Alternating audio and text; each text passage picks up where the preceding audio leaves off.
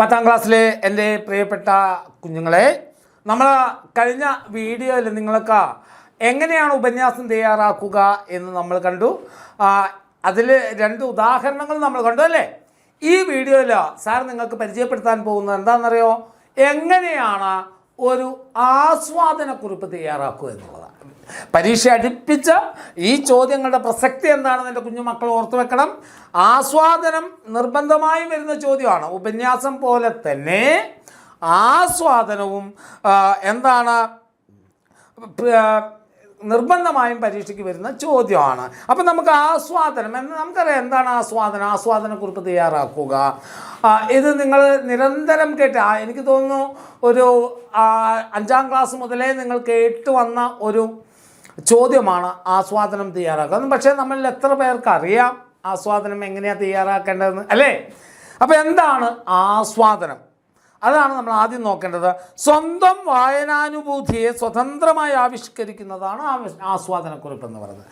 നമ്മൾ ഒരു വായനയിൽ നിന്ന് നമുക്ക് എന്താണ് ആസ്വദിക്കാൻ കഴിഞ്ഞത്, അല്ലെങ്കിൽ ഒരു പുസ്തകം വായിക്കുമ്പോൾ എന്താണ് നമുക്ക് അതിൽ നിന്നുമുണ്ടായ ആത്മീയ സംതൃപ്തി, അതാണ് ശരിക്കും ആസ്വാദനം എന്ന് പറയുന്നത്.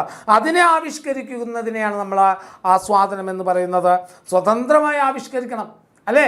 നമ്മൾ ഒരു കവിത വായിക്കുമ്പോൾ അതിനെങ്ങനെയൊക്കെ നമ്മൾ ആസ്വദിച്ചു എന്നുള്ളതാണ് ശരിക്കും ആസ്വാദനക്കുറിപ്പെന്ന് പറയുന്നത്. എന്നാൽ എന്തെങ്കിലും എഴുതി വെച്ചാൽ മതിയോ? പോരാ. ആദ്യം നമ്മൾ അതിന് വേണ്ടത് എന്താണ്? ആദ്യം വേണ്ടത് ശ്രദ്ധാപൂർവം വായിക്കുക, കേന്ദ്ര ആശയം കണ്ടെത്തുക എന്നുള്ളതാണ്. മറന്നു പോകരുത് എൻ്റെ മക്കൾ. ആദ്യം നമ്മൾ ചെയ്യേണ്ടത് തന്നിരിക്കുന്ന ചോദ്യത്തെ ആഴത്തിൽ, ശ്രദ്ധാപൂർവം ആഴത്തിൽ വായിച്ചിട്ട് അതിൽ നിന്നുള്ള കേന്ദ്ര ആശയമുണ്ട് അല്ലേ? ഉദാഹരണത്തിന്, എല്ലാവർക്കും തിമിരം, നമ്മൾക്കെല്ലാവർക്കും തിമിരം, മങ്ങിയ കാഴ്ചകൾ കണ്ടു മടുത്തു, കണ്ണടകൾ വേണം, കണ്ണടകൾ വേണം എന്ന ഒരു കവിത തന്നാൽ അതിലെ കേന്ദ്രാശയം എന്ന് പറയുന്നത് എന്താണ്? എല്ലാവർക്കും തിമിരം എന്ന് പറഞ്ഞാൽ കാഴ്ചയില്ല, എന്താണ് കാഴ്ചയില്ലാത്ത പ്രവർത്തികൾ ചെയ്യുന്ന ലോകം, അല്ലെങ്കിൽ കാണാൻ പറ്റാത്ത പ്രവർത്തികൾ നടക്കുന്ന ലോകം എന്നുള്ളതാണ് അതിലെ കേന്ദ്രാശയം എന്ന് പറയുന്നത് അല്ലേ? ഇപ്പം നിങ്ങൾക്ക് 9ാം ക്ലാസ്സിൽ പഠിച്ച ഒന്നാണ്. എന്താണ്? തോളത്തു ഘനം തൂങ്ങും വണ്ടി തൻ തണ്ടും പേറി, കളകൾ മന്ദം മന്ദം ഇഴഞ്ഞു നീങ്ങിയിടുമ്പോൾ. ആ കവിത മുഴുവൻ വായിക്കും. അതിലെ കേന്ദ്ര ആശയം എന്ന് പറയുന്നത് ദരിദ്രൻ്റെ ജീവിതമാണ്. കാളവണ്ടിക്കാരൻ്റെ ജീവിതാവസ്ഥ ഒരു ദാരിദ്ര്യം നിറഞ്ഞാണെന്നും ദരിദ്രൻ്റെ ജീവിതമാണ് അവിടെ, അതാണ് അതിൻ്റെ കേന്ദ്രാശയം എന്ന് പറയുന്നത്. അപ്പോൾ ഒരു കവിത നമ്മൾ വായിക്കുമ്പോൾ അതിലൊരു കേന്ദ്ര ആശയമുണ്ടാകും, പ്രധാനപ്പെട്ട ആശയമുണ്ടാകും. അത് കണ്ടുപിടിക്കണമെങ്കിൽ അത് കണ്ടുപിടിക്കാൻ നമ്മൾ ഒരൊറ്റ ആവർത്തി വായിച്ചാൽ മതിയോ? പോരാ. അപ്പോൾ എന്ത് ചെയ്യണം? 15 മിനിറ്റ് നിങ്ങൾക്ക് കിട്ടുന്ന കൂൾ ഓഫ് ടൈം എന്ന് പറയുന്നത് ഇത്തരം ചോദ്യങ്ങൾക്ക് പ്രാധാന്യം കൊടുക്കുന്നതായിരിക്കണം. കാരണം 6 മാർക്കിൻ്റെ ചോദ്യമാണിത്. ഇത് നിങ്ങൾ ഒഴിവാക്കിയ പലപ്പോഴും പരീക്ഷയ്ക്ക് സംഭവിക്കാവുന്ന ഒന്നെന്താണെന്നറിയോ? സംഭവിച്ചുകൊണ്ടിരിക്കുന്ന ഒന്നെന്താണെന്നറിയോ മക്കൾക്ക്? ഈ ക്വസ്റ്റ്യൻ പലരും അങ്ങ് ഒഴിവാക്കി കളയും. 6 മാർക്ക് വളരെ എളുപ്പത്തിൽ നമുക്ക് വാങ്ങാവുന്ന ഒരു ചോദ്യമാണ് ആസ്വാദനക്കുറിപ്പ് തയ്യാറാക്കുക എന്നുള്ളത്. ഇനി ഒരു ശീർഷകം, അത് നിങ്ങൾ ഉപന്യാസത്തിനൊന്നും കൊടുത്തതുപോലെയുള്ള വലിയ ശീർഷകം കൊടുക്കണമെന്നില്ല. ആശയത്തോട് ചേർന്ന് നിൽക്കുന്ന ചെറിയൊരു ശീർഷകമാവാം. അത് ഒരു നമ്മളിപ്പോൾ ഒരു പേപ്പറാണെങ്കിൽ ഇവിടെ തന്നെ ശീർഷകം വേണമെന്നില്ല. ഇല്ല, ഇവിടെ മതി ശീർഷകം. സൈഡിൽ നിന്ന് ശീർഷകം ഇവിടെ കൊടുക്കാം, എന്നിട്ട് ചെറിയൊരു അടിവരയിടാം, എന്നിട്ട് അടുത്ത് എഴുതണം. അപ്പോൾ എന്ത് ചെയ്യണം? ആശയത്തോട് ചേർന്ന് നിൽക്കുന്ന ശീർഷകമാണ് ആസ്വാദനത്തിന് കൊടുക്കേണ്ടത്. അത് വലിയ ഉപന്യാസമൊന്നും പോലെ വലിയ ബാനർ ഹെഡ്ലൈൻ കൊടുക്കണ്ട. സൈഡിൽ അല്പം നിങ്ങൾ എഴുതാൻ ഉപയോഗിക്കുന്ന ലെറ്ററിൻ്റെ വലിപ്പത്തിൽ നിന്ന് കുറച്ച് ഒരല്പം, ചെറിയ വ്യത്യാസത്തിൽ വലിപ്പം കൂട്ടിയിട്ട് ചെറിയ ഒരു എന്ത് ചെയ്യണം? ശീർഷകം കൊടുക്കണം. അത് ആശയത്തോട് ചേർന്ന് നിൽക്കുന്നതായിരിക്കണം. നമുക്ക് കവിതയ്ക്കൊക്കെ പേരിടുന്നത് കണ്ടില്ലേ നിങ്ങൾ? എന്നതുപോലെ ഒരു ശീർഷകം വേണം. ഖണ്ഡിക തിരിച്ചെഴുതുന്ന അഥവാ പാരഗ്രാഫ് തിരിക്കണം. ആമുഖം എഴുത്തുകാരനെ പരിചയപ്പെടുത്തുന്നതായിരിക്കണം. ഇപ്പോൾ ഉദാഹരണത്തിന് കുമാരനാശാൻ്റെ ഒരു വരിയാണ് നിങ്ങൾ തന്നതെങ്കിൽ ആധുനിക കവിത്രയത്തിലെ ശ്രേഷ്ഠനും ആധുനിക കവികളിൽ പ്രമുഖനുമായ കുമാരനാശാൻ്റെ ഈ കവിതയിലെ ഏതാണോ കവിത ആ കവിതയിലെ വരികളാണ് ഇവിടെ തന്നിരിക്കുന്നത്. അദ്ദേഹത്തിൻ്റെ ഖണ്ഡകാവ്യങ്ങളിൽ ഉള്ളതുപോലെ തന്നെ കേന്ദ്ര ആശയത്തോട് ചേർന്ന് നിന്നുകൊണ്ട് ബിംബാത്മകമായി അവതരിപ്പിക്കുകയാണ് ഇവിടെ ചെയ്യുന്നത്. അങ്ങനെ കവി ഏതാണോ ആ കവിയെക്കുറിച്ചുള്ള ഒരു സൂചനയായിരിക്കണം നിങ്ങളുടെ ആമുഖം എന്ന് പറയുന്നത്. ഓക്കെ, ഏതാണ് കവി? ഇനി ദയവ് ചെയ്ത് എൻ്റെ മക്കളോടൊന്ന് പറയാനുള്ളത്, കവിയെക്കുറിച്ച് കൂടുതൽ അറിയില്ലെങ്കിൽ ആവശ്യമില്ലാത്തത് എഴുതി വെക്കേണ്ടതില്ല. കവിയെക്കുറിച്ച് അറിയുന്നത് ഒന്നും കിട്ടിയില്ല. ഇപ്പോൾ ഉദാഹരണത്തിന് വീരാൻകുട്ടിയുടെ കവിതയാ, അല്ലെങ്കിൽ മലയാളത്തിലെ പ്രമുഖ കവിയായ വീരാൻകുട്ടിയുടെ ഈ പേരിലുള്ള കവിതയിൽ നിന്ന് എടുത്ത വരികളാണ് ചുവടെ തന്നിരിക്കുന്നത്. അത് മതി. നിങ്ങൾക്ക് കവിയെക്കുറിച്ച് അറിയുമെങ്കിൽ എന്ത് ചെയ്യാം, കവിയെക്കുറിച്ച് കൂടുതൽ എഴുതാം. മിക്കവാറും നിങ്ങൾക്ക് വരുന്ന കവിതകൾ അധികവും നിങ്ങൾക്ക് പഠിക്കാനുള്ള കവിതകൾ എഴുതിയ ഏതെങ്കിലും കവിയുടേത് തന്നെയായിരിക്കും ചിലപ്പോൾ നിങ്ങൾക്ക് വരിക. ഇല്ലെങ്കിലും മക്കൾ എന്ത് ചെയ്താൽ മതി, ആമുഖം എഴുത്തുകാരനെക്കുറിച്ചും പരിചയപ്പെടുത്തലായിരിക്കണം എന്നുള്ളതൊന്ന് ഓർത്ത് വെക്കുക. ഒരു ജീവചരിത്ര കുറിപ്പ് പോലെ, അല്ലെങ്കിൽ കവിയെ പരിചയപ്പെടുത്തുക, അല്ലെങ്കിൽ എഴുത്തുകാരനെ പരിചയപ്പെടുത്തുന്ന ഭാഗമായിരിക്കണം നിങ്ങൾ ആമുഖമായിരിക്കുന്നത്. എപ്പോഴും കവിത തന്നെ വരണമെന്നില്ല, കവിത തന്നെ വരണമെന്നില്ല. ചിലപ്പോൾ കഥയും വരാം, അങ്ങനെയും വരാറുണ്ട്. ഇപ്പോൾ ഉദാഹരണത്തിന് ഒരു ചോദ്യം വന്നിരിക്കുന്നത് എങ്ങനെയാണെന്നറിയോ? കുട്ടിക്കാലത്ത് എന്നെ ബോർഡിങ്ങിലാക്കി, കൂട്ടുകാരോടൊപ്പം കളിക്കണമെന്ന് പറഞ്ഞപ്പോൾ എന്നെ മുറിക്കകത്തിട്ട് കമ്പ്യൂട്ടറിനെ പരിചയപ്പെടുത്തി തന്നു. വലുതായപ്പോൾ എന്നെ ഹോസ്റ്റലിൽ ചേർത്തു. വീട്ടിൽ വന്നു പോകുന്നതാണ് എനിക്കിഷ്ടമെന്ന് പറഞ്ഞപ്പോൾ അതിന് സമ്മതിക്കാതിരുന്നു. വലുതായപ്പോൾ എന്നെ ജോലിക്ക് വേണ്ടി വിദേശത്തേക്ക് പറഞ്ഞു വിട്ടു. ഇങ്ങനെയൊക്കെ ചെയ്തിട്ടും ഞാൻ നിങ്ങളെ വൃദ്ധസദനത്തിലാക്കി എന്ന് പറഞ്ഞ് വിലപിക്കാൻ നിങ്ങൾക്ക് നാണമില്ലേ? ഒരു മകൻ അച്ഛനോട് ചോദിച്ചൊരു ചോദ്യമാണ് ഇത്. തന്നിരിക്കുന്ന ഗദ്യഭാഗം പരിഗണിച്ചുകൊണ്ട് ഇന്നത്തെ വർത്തമാനകാല സംഭവങ്ങളുടെ പശ്ചാത്തലത്തിൽ ആസ്വാദനക്കുറിപ്പ് തയ്യാറാക്കുക, ഇങ്ങനെ ഒരു ചോദ്യം വന്നു. അപ്പം ഗദ്യത്തിൽ നിന്നും പദ്യത്തിൽ നിന്നും വരാം. അപ്പോൾ ഏതാണോ സ്വതന്ത്രമായി നിങ്ങൾ ആസ്വദിച്ചത് എന്താണോ അതാണ് നിങ്ങൾ ആസ്വാദനക്കുറിപ്പ് എഴുതേണ്ടത്. അപ്പോൾ എഴുത്തുകാരനെ പരിചയപ്പെടുത്തുക എന്നതാണ് ആമുഖം എഴുതേണ്ടത്. സമാനാശയമുള്ള വരികൾ, വാക്യങ്ങൾ എക്സ്ട്രാ. സമാനാശയങ്ങളുള്ള വരികൾ ഉണ്ടാകും അല്ലേ? സമാനാശയങ്ങളുള്ള ഇപ്പോൾ ഉദാഹരണത്തിന് നിങ്ങൾ പഠിച്ചൊരു കവിത തന്നെ എടുക്കുക. ഓണവുമായി ബന്ധപ്പെട്ടുകൊണ്ട് ഓണമുറ്റത്തെന്നൊരു കവിതയുണ്ട് അല്ലേ? മലയാള സെക്കൻഡിൽ ഓണമുറ്റത്തെന്ന കവിതയുണ്ട്. അതിൽ നിന്നും ഒരു വരി തന്നുകൊണ്ട് പ്രഭാതത്തെ വർണ്ണിച്ചിരിക്കുന്നത് എന്താണ്? നീളും മലയുടെ ചങ്ങലവട്ടയിൽ നാളം കൈത്തിരി വിരലാൽ നീട്ടി പാടല വിരലാൽ നീട്ടി ഓമൽ കവിളു തുടുത്തും തെല്ലൊരു നാണത്തോടെ ഒരുങ്ങി ഇരിപ്പു ഓണക്കോടി ഉടുത്തൊരുഷസേ എന്ന് പറഞ്ഞൊരു വരിയുണ്ട്. അങ്ങനെ തരുമ്പോൾ നമുക്ക് എന്ത് ചെയ്യാം, അതിനെ ചങ്ങമ്പുഴയുടെ ഒരു വരിയുണ്ട്, മഞ്ഞത്തെച്ചി പൂങ്കുല പോലെ മഞ്ചിമ വിടരും പുലർക്കാലെ. അതും പ്രഭാത വർണ്ണനയാണ്. അങ്ങനെ നിങ്ങൾക്ക് അറിയുമെങ്കിൽ, സമാന ആശയമുള്ള ഏതെങ്കിലും വരികൾ നിങ്ങൾക്ക് അറിയുമെങ്കിൽ ആ വരികൾ കൂടി ചേർത്ത് വെക്കാം. എവിടെയായിരിക്കണം അത്? അവസാന ഭാഗത്തേക്ക്. ഈ കവിയുടെ ഇന്ന അല്ലെങ്കിൽ ഈ കവിതയിൽ പറഞ്ഞിരിക്കുന്ന ആശയം തന്നെയാണ് ഇന്ന കവിതയിൽ ഇന്ന കവി പറഞ്ഞിരിക്കുന്നതെന്നും നിങ്ങൾക്ക് എഴുതാം. ആവശ്യമെങ്കിൽ മാത്രം. അത് സമാന ആശയമുള്ള വരികൾ എൻ്റെ കുഞ്ഞുങ്ങൾക്ക് കിട്ടിയില്ല എന്ന് കരുതി നിങ്ങൾ ആശയം വേറെ എന്തെങ്കിലും ഒന്ന് എഴുതി വെക്കേണ്ട, ആശയം മാത്രം എഴുതിയാൽ മതി. രചനാ സവിശേഷതകൾ എഴുതണം. അതായത് എന്തെങ്കിലും പ്രത്യേകത ഉണ്ടാവും ഒരു കവിതയിൽ, അല്ലെ? ഒരു കവിതയോ അല്ലെങ്കിൽ ഗദ്യമാണെങ്കിൽ അതിലെന്തെങ്കിലും. ഇപ്പം നേരത്തെ ഞാൻ പറഞ്ഞ വൃദ്ധസദനം എന്ന വൃദ്ധസദനം എന്ന് പറഞ്ഞ കഥയുടെ ഭാഗമാണ്. അപ്പോൾ അതിൽ രചനാ സവിശേഷത എന്താണ്? വാർദ്ധക്യത്തിൽ രക്ഷിതാക്കളെ ഉപേക്ഷിക്കുന്നതിൽ ഒരു പരിധി വരെ രക്ഷിതാക്കൾക്കും പങ്കുണ്ട് എന്നതാണ് അതിൻ്റെ രചനാ സവിശേഷതയെ നമ്മൾ കാണേണ്ടത്. അപ്പോൾ അങ്ങനെ എന്തെങ്കിലും സവിശേഷതയുണ്ടോ അതും എഴുതുക.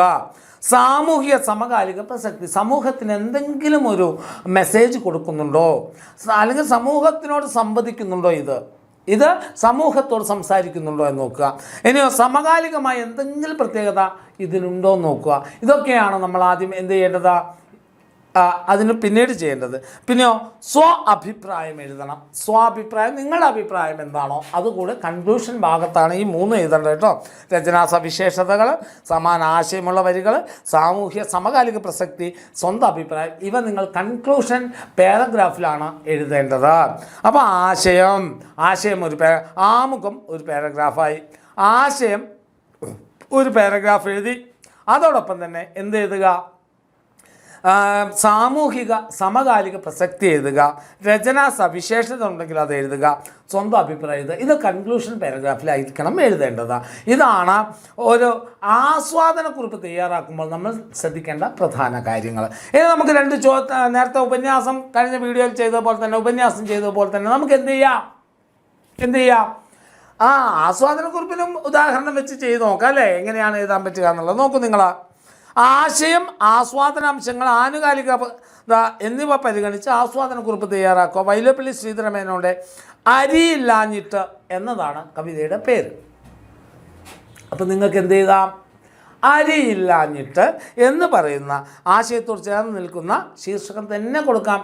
അരിയില്ലാഞ്ഞിട്ട് എന്ന കവിത, അല്ലെങ്കിൽ അരിയില്ലാഞ്ഞിട്ട്, ഇത് തന്നെ കൊടുക്കാം നമുക്ക്. അല്ലെങ്കിൽ വായിച്ച് നോക്കിയിട്ട് മറ്റെന്തെങ്കിലും കേന്ദ്ര ആശയം നമ്മുടെ ഉള്ളിൽ കിട്ടുന്നുണ്ടെങ്കിൽ അത് ശീർഷകമാക്കി കൊടുക്കാം. ഉദാഹരണത്തിന് നോക്കൂ. അപ്പാവം ജനിച്ച നാൾ അവനെ തുണയ്ക്കാഞ്ഞോർ പ്രാണനെടുത്തപ്പോൾ താങ്ങുവാൻ മുതിർന്നെത്തി. പെരിയോർകളെപ്പോലെ ചെറിയോർകളും മുന്നിൽ മരണത്തിനു ശേഷം മാലോകർക്കിഷ്ടം ചേർപ്പു. മാവു പെട്ടെന്ന് വെട്ടുന്നു ചിലർ, വേലി തട്ടുന്നു ചിലർ, ആപതും വിധവയെ ആശ്വസിപ്പിച്ചു ചിലർ. വിശ്രുതം അയൽ പ്രഭുഗേഹത്തിൽ കാരുണ്യത്താൽ കച്ച വാങ്ങുവാനുള്ള കാശു മെങ്ങെത്തിച്ചേർന്നു. മുറുക്കാൻ പൊതി നീക്കി മൂത്തൊരു കരക്കാരൻ. പിന്നെയോ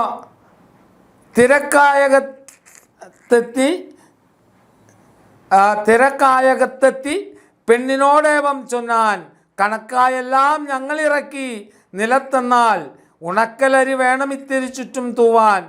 കരയുന്നതിനിടയ്ക്കോതിനാൽ കുടുംബിനി അരിയുണ്ടെന്നാൽ അങ്ങോര്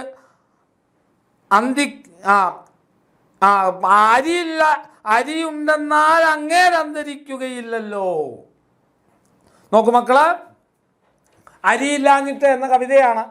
അപ്പോൾ ഇതിൻ്റെ കേന്ദ്രാശയം എന്താണ്? ദാരിദ്ര്യമാണ് അല്ലേ?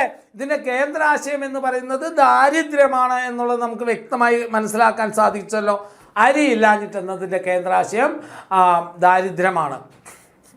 അപ്പം നമുക്ക് ദാരിദ്ര്യം എന്ന പേര് ശീർഷകമാക്കിയിട്ടുകൂടെ അല്ലേ? അരിയില്ലാഞ്ഞിട്ട് അന്തരിച്ചു എന്ന ആ വരിയിൽ തന്നെയുണ്ട് ദാരിദ്ര്യമാണ് ഇതിലെ മുഖ്യ വിഷയം എന്ന് പറയുന്നത്. അപ്പോൾ എന്താണ്?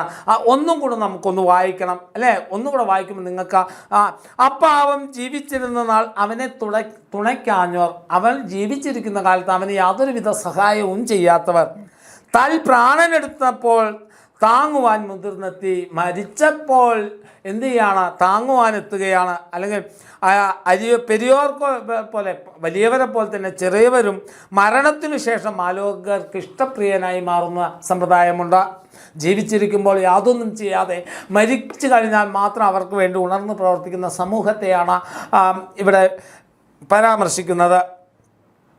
മാവ് വെട്ടുന്നവർ ചിലർ, വേലി തട്ടുന്നു ചിലർ, ആപതും വിധവയെ ആശ്വസിപ്പിക്കുന്നവരുണ്ട്. വിശ്രുത അയൽ പ്രഭുഗത്തെ, വിശ്രുതം എന്ന് പറഞ്ഞാൽ പേര് കേട്ട അയൽ പ്രഭു കുടുംബത്തിലെ കാരുണ്യത്താൽ കച്ച വാങ്ങാനുള്ള കാശങ്ങ് എത്തിച്ചേർന്നു. കച്ച അതായത് പുതപ്പിക്കാൻ എന്താ പറയുക, ചുവന്ന പട്ട് കൊണ്ട് മൂടും, അല്ലെങ്കിൽ പുതിയ വെള്ള വസ്ത്രം വാങ്ങിയാൽ അതുകൊണ്ടാണ് മൂടുക. അങ്ങനെ വാങ്ങാൻ അയൽവക്കത്തുള്ള പണക്കാരുടെ വീട്ടിൽ നിന്നും ആളുകൾ എത്തിച്ചേർന്നു. മുറുക്കാൻ പൊതി നീക്കി മൂത്തോരു കരക്കാരൻ, കരയിലുള്ള മൂത്ത ഒരാൾ, പ്രായം ചെന്ന ആൾ, വെറ്റില മുറുക്കാൻ പൊതി, കാരണം മരണ വീട്ടിൽ അതൊക്കെ വയ്ക്കും. തിരക്കായി അകത്തെത്തി പെണ്ണിനോടേവൻ ചൊന്നാൽ, തിരക്കായി അകത്തെത്തി പെണ്ണിനോടേവം, തിരക്കായതുകൊണ്ട് അകത്തെത്തിയിട്ട് പെണ്ണിനോട് പ്രകാരം പറയാണ്, കണക്കായെല്ലാം ഞങ്ങൾ ഇറക്കി നിലത്തെന്നാൽ എല്ലാം ഞങ്ങൾ ഒരുക്കി കഴിഞ്ഞു അല്ലേ, മരണാനന്തരം എല്ലാം ഒരുക്കി കഴിഞ്ഞു. എന്താണ്? ഉണക്കലരി വേണം, ഇത്തിരി വായിക്കരിയുടെ അല്ലെ, വായിക്കരിയുടെ എള്ളും എന്താണ് തുളസിയും അരിയും വെള്ളവും കൂടെ ചേർത്ത പരേതാത്മാവിന് പിന്നെ അരിയും പൂവും കൊടുക്കുന്ന ഒരു ചടങ്ങുണ്ട് മരണാനന്തരം.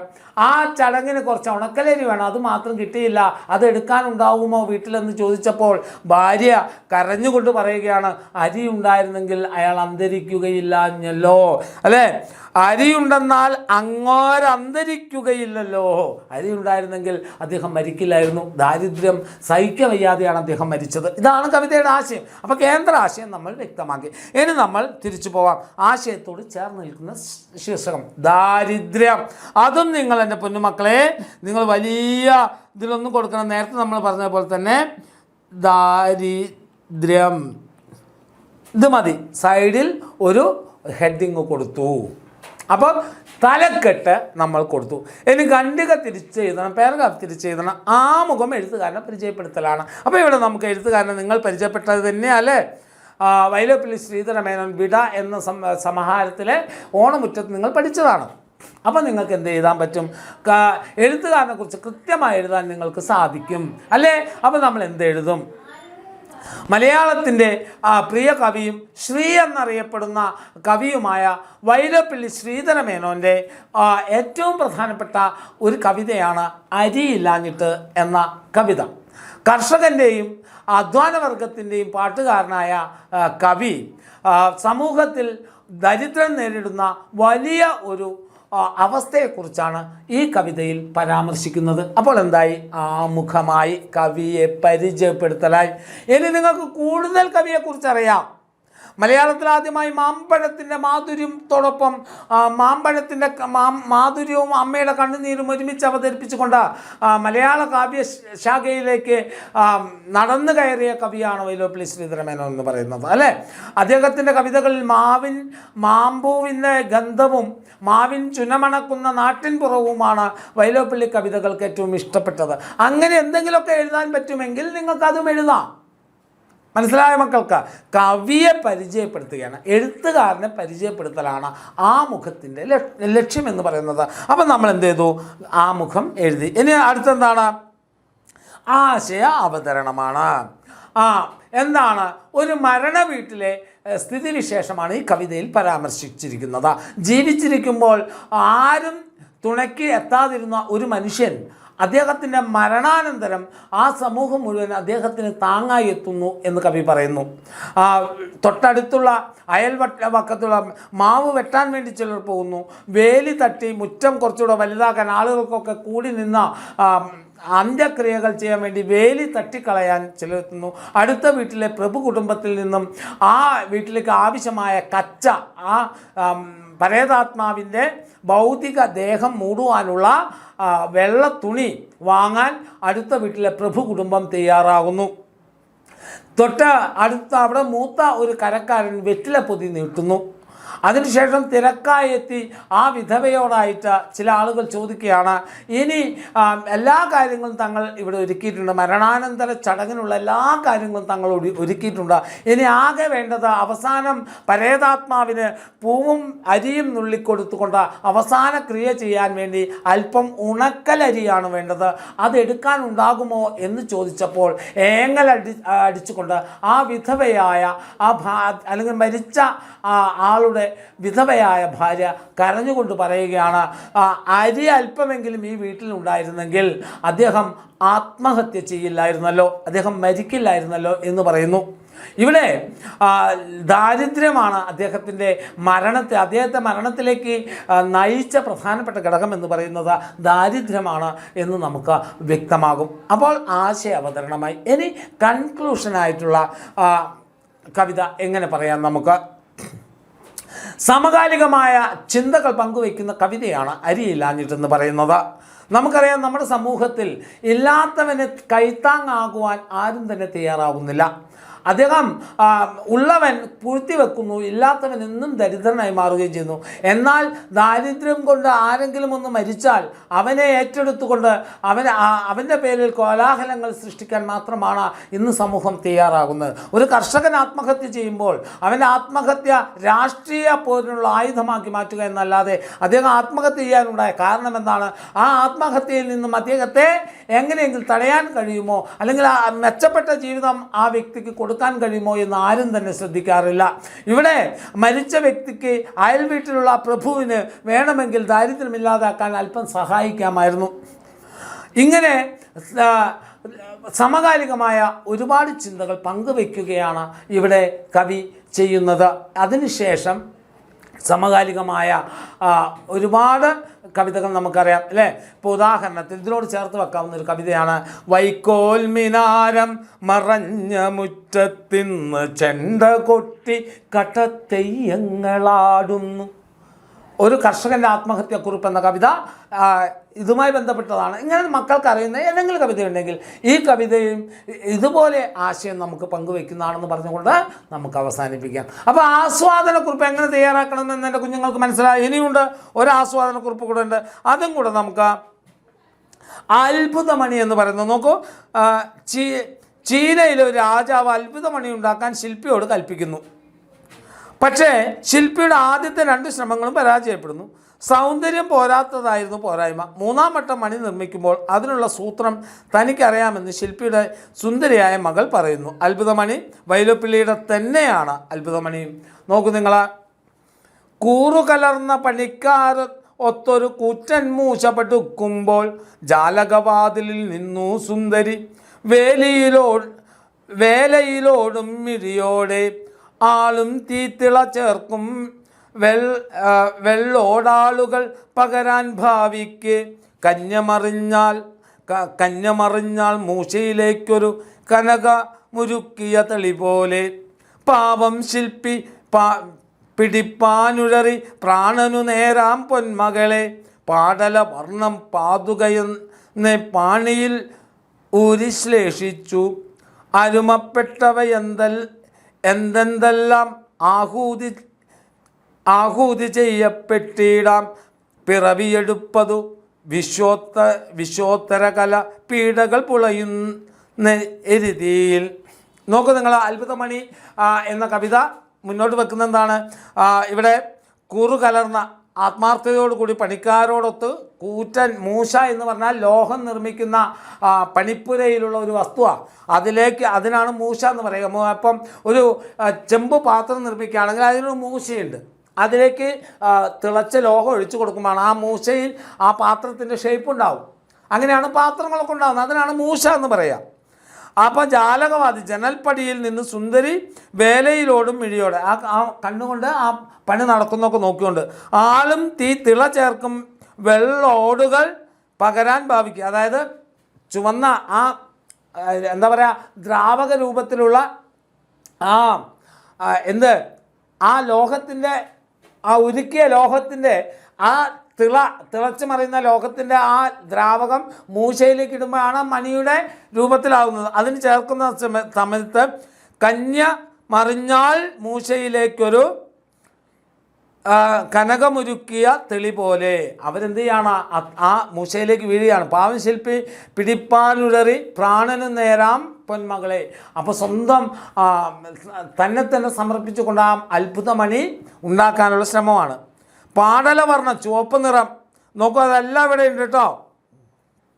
ഒരു ലോഹക്കൂട്ടാണ് വെള്ളോട്, പാടലം, പാതുകം, ചെരുപ്പ്, പാണി, കൈ. നോക്കൂ, പാണിയിൽ ആശ്രയിച്ചപ്പോൾ അരുമപ്പെട്ടവ എന്തെല്ലാം ആഹൂതി ചെയ്യപ്പെട്ടിട്ടാം പിറവിയെടുപ്പു വിശ്വോത്തര കല പീഡകൾ പൊളയുന്ന എരുതിയിൽ. എന്തെല്ലാമൊക്കെയോ പീഡനങ്ങൾ സഹിച്ചുകൊണ്ടാണ് ഇതാണ് അത്ഭുതമണി. അപ്പോൾ ആദ്യം നമ്മൾ പറയേണ്ടത് എന്താണ്? ആവർത്തിച്ച് വായിക്കുക, സ്വതന്ത്രമായി ആസ്വദിക്കുക.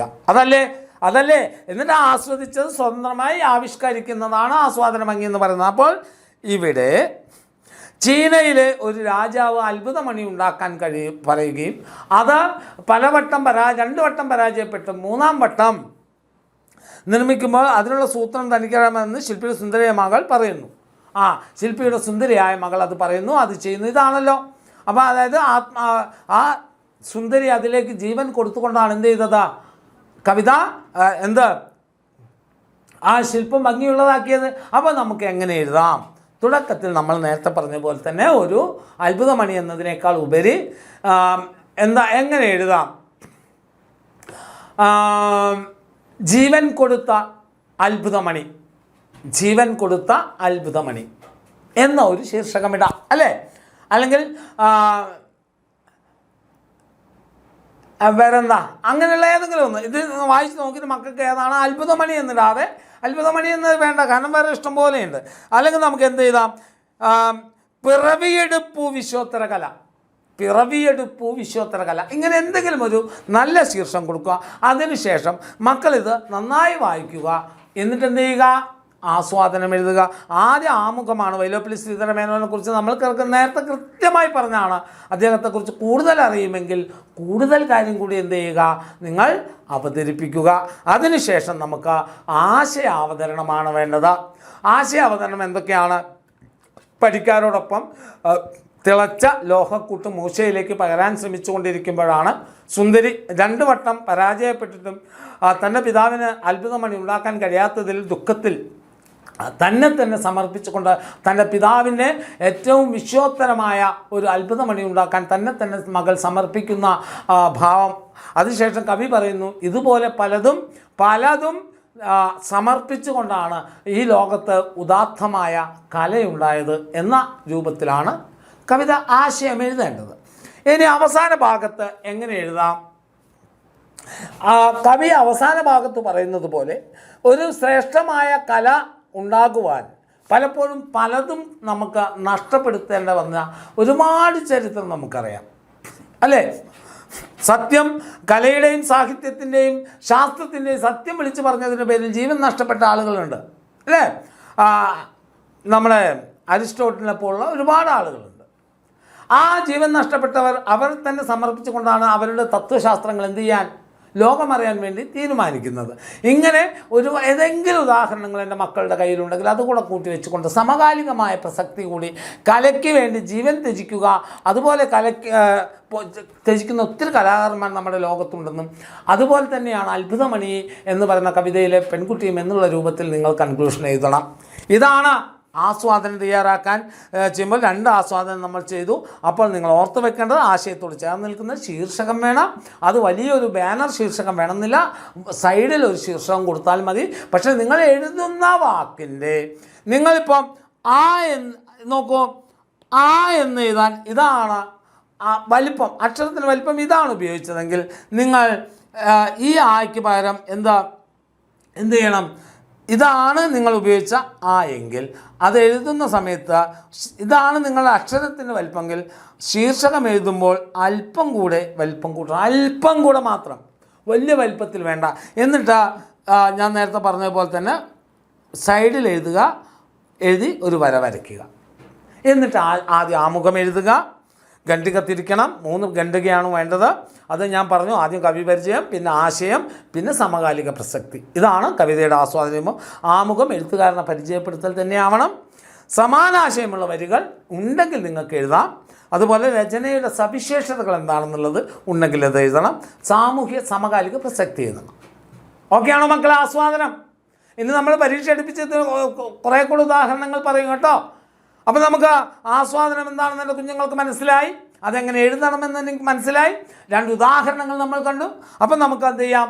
അടുത്ത കഥാപാത്ര നിരൂപണം എങ്ങനെ എഴുതാമെന്നുള്ളതാണ്. അതുമായി അടുത്ത വീഡിയോയിൽ നമുക്ക് കാണാം. എന്തായാലും എൻ്റെ മക്കളെല്ലാം കാണണം, എല്ലാ സുഹൃത്തുക്കൾക്കും ഷെയർ ചെയ്യണം. ഷായ് സാറിനെ സ്നേഹിക്കുന്ന എൻ്റെ കുഞ്ഞുങ്ങളാ എല്ലാം കണ്ടും നല്ല മാർക്കും ആണ്. നമുക്ക് കൂടുതൽ കാര്യങ്ങൾ അടുത്ത വീഡിയോയിൽ പറയാം. അതുവരയ്ക്കും ബായ്.